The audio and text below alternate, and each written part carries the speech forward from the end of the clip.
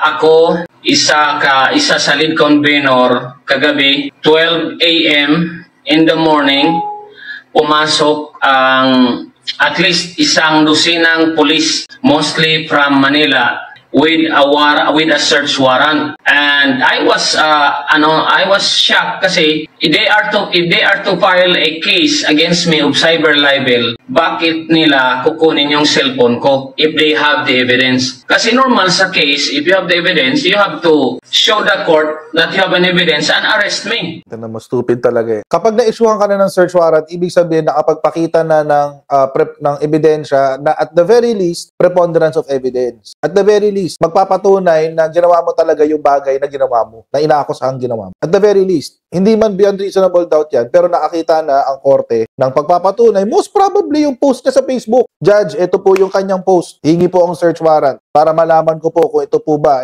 ganyan.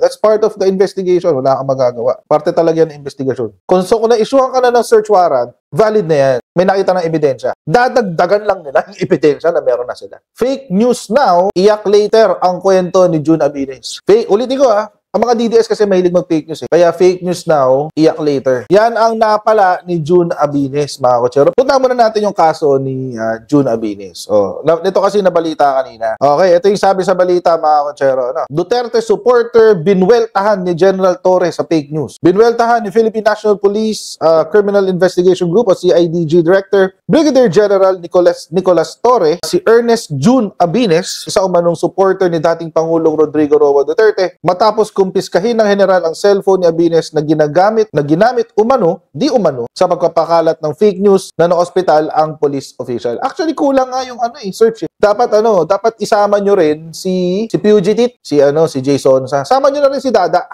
Mukhang kailangan nyo ng views ngayon, guys. Pansinin natin. Ganyan yung mga style yan ng bayageros. So, isama na nila lahat na nagkalat ng fake news na yan. Pero ang pagkakaalam ko lang talaga, kasi si Jason yung una ko nakitaan yung fake news na yan. So, hindi ko alam kung si Jason sa yung source. Pero kung si Jason sa man ang source, hindi ako magtataka kung siya yung source. Kasi marami na siyang kumbaga master of fake news yan si Fugitive. Sabi niya General Torre, the bagong Pilipinas way, ayun. Dear Mr. June Abines, actions have consequences. Ipinakalat mo na na-ospital ako, nagdulot ito ng pag-alala at pagkabalisa sa pamilya at mga kaibigan ko. Ano ang naging action ko? Sumandig ako sa batas. Naniwala ako na mali man ang ginagawa mo ay may karapatan kang humarap sa korte at mabigyan ng due process. A lot more than what your idol gave to people more innocent than you. May laman na naman tong comment ni General Torre. Punong-puno na naman ang laman tong kanyang state. Alam nyo, sa isang sentence lang. So anong ibig sabihin? Ibig sabihin yan, guys? Hindi kaya may alam talaga si General Torre sa naganap ng war on drugs? Hindi kaya, ano kaya ang nalalaman ni General Torre sa likod ng war on drugs, guys? Bakit may ganyan? Sabi pa, nag-apply ako ng search warrant para makuha ang mga phone at computer na ginamit mo sa katarantaduhang ginawa. Ngayon, iyak-iyak ka sa social media, actions have consequences at yung pagtarantado mo, ang consequence ngayon sa'yo ay pagkuha mo ng abogado. Reminder, bagong Pilipinas na po, wala na pong patayan. Grabe ka, General Torre, wala kang chill. He woke up and chose violence. Wala na pong patayan, pero kung salbahe ka, makukulong ka pa rin. I love it, General Torre. Kaya kung makakatayo lang ako, bibigyan ka ng standing ovation. Ito kasi yung pinost Saan na ba yung pinost? Ayan yan yung pinost. Yan yung pinost. Actually nga, mga kotsero, ito nga post na ito ni June Abines. Una ko tong nakita kay Jason sa totoo lang. Ito yung una ko nakita kay Jason sa. Kaso mo, mga kotsero, yung kay Jason sa kasi walang pangalan. Ang sabi niya, nagsimula ng magbaba ng kaparusahan ng ama sa mga taong umabuso ng kapangyarihan at nagmalabis sa mga inosenteng religious missionary ng KOJC. Isinugod sa paggamutan ng isa sa mga namuno sa pagkubkob sa religious compound ng Kingdom of Jesus Christ. Those who live in the tower of power shall one day fall to the ground. Pero actually, pwede rin kasuhan to ni General Torres, Jason, ng cyber libel. Bakit? Kasi easily identifiable siya. Hindi naman kailangan pangalanan ka. Alam niyo sa libel cases, mga kotsero, hindi kailangan pangalanan ka. Basta ikaw ay easily identifiable by the public. Ito, yung ginawa niya, nilagyan pa niya ng picture ng mukha ni General Torre. O di, alam na si General Torre pinapatungkulan ni Jason. Pwede nga niya isama to, sa totoo lang. Itong si Jason Dapat sana sinama na niya si Jason sa para one time, big time na. So mga kutsero, anyway, doon ko ngayon una nakita. Pero after the event kanina, after inaresto, di pala inaresto, nag-issue ng search warrant ang korte laban kay Jun Abinis. Nagkukudana naman to si Jun Abinis sa social media. Alam niyo mga kutsero, kasi ganito yan eh. Kapag ikaw kasi ay naaresto, anything you say can and will be used against you in the court of law. Swerte pa ni Jun Abinis na wala pang arrest warrant. Search warrant lang ang binigay sa kanya. Mga kutsero, valid po ang search warrant, lalo na pag in-issue ng korte.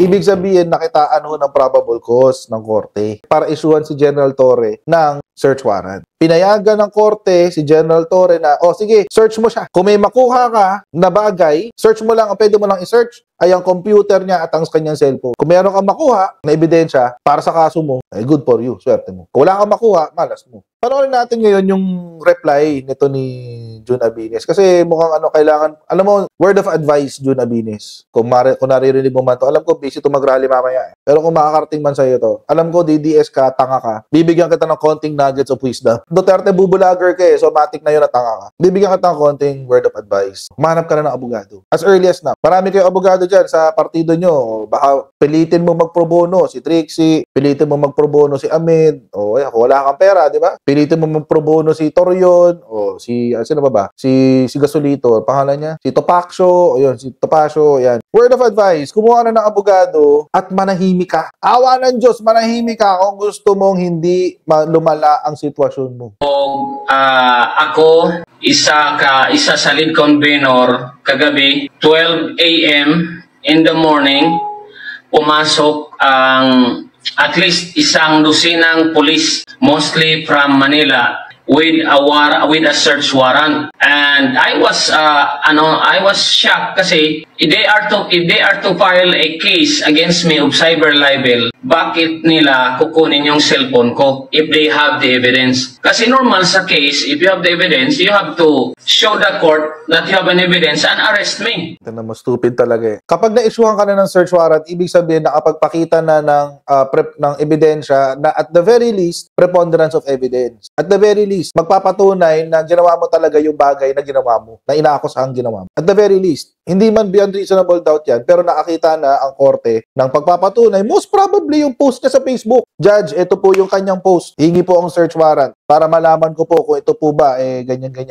That's part of the investigation. Wala kang magagawa. Parte talaga yan ng investigation. Kung na-issuehan ka na ng search warrant, valid na yan. May nakita ng ebidensya. Dadagdagan lang nila yung ebidensya na meron na sila. Una yung warrant of arrest, ito baliktad. Inuna nilang kunin yung cellphone ko at PC ko, personal computer ko sa bahay. They barged in at middle of the night and refused me to have my lawyer witness sa ginawa ng mga pulis. I have nothing against the police na bumarch because pumasok sa bahay ko kasi they are under the instruction of the big boss, lalo na ni General Torre. Tira mo yung kabobohan. Sino naman yung big boss na yan? Si Martin Romualdez, si BBM. Alam mo, small fry ka, Jun Abinis. Small fry ka, huwag ka mag-feeling. Ako nga, hindi ako nag-feeling na target ako ni Digong. Ako nga, hindi ako nag-feeling na target ako ni Sara Duterte o ni Pulong or ni Baste. Kasi small fry lang ako. Huwag ka mag-feeling, Jun Abinis. May kasalanan ka talaga. Ang nagpapatawag dyan sa'yo, korte. Kaya nga may search warrant key. Na namimihasa na sa pag-violate ng mga people's right, mga basic rights. So, si General Torre namimihasa na to silence anyone. If he can silence the KOJC, which is a very powerful group, a very big group, sino ba naman si Jun Abinis? Ordinaryong tao lang tayo. Naging lead convener ako sa Cebu Maisog Rally kasi talagang pagod na ako sa kalokohan ng gobyerno natin. Pero anong ginawa nila? The night before na mag-rally, pumunta sila 12 a.m. at saka yung style nila sa pag-search, it took them 4 hours. They really tried to, parang wear me out. Kaya naman nilang kunin yung cellphone ko in 30 seconds. Alam mo, Jun Abinis, buti nga in plain sight ginawa eh. Tinago ka ba? Sabi mo, exhausted ka na 4 hours. Ibig sabihin, ginawa yan sa harapan mo. Pag ginawa yan sa harapan mo, anong violation ng human rights mo ang naganap? Anong karapatang pangtao ang nilabag ng kapulisan sa pag-issue ng warrant of search warrant sa'yo? Una, hindi ka sinaktan. Pangalawa, hindi ka dinetain. Pangatlo, yung search nangyari sa harapan mo. Anong kabobohan yan? dadaanin mo sa 4 hours, 4 hours, natural, i-access nila yung files mo, i-access nila yung computer mo. Kung mabagal yung transfer ng files, aabot talaga ng oras yan. Kasi buong computer mo, kukopyahin. Lahat ng files mo, kukopyahin. Ganun yun.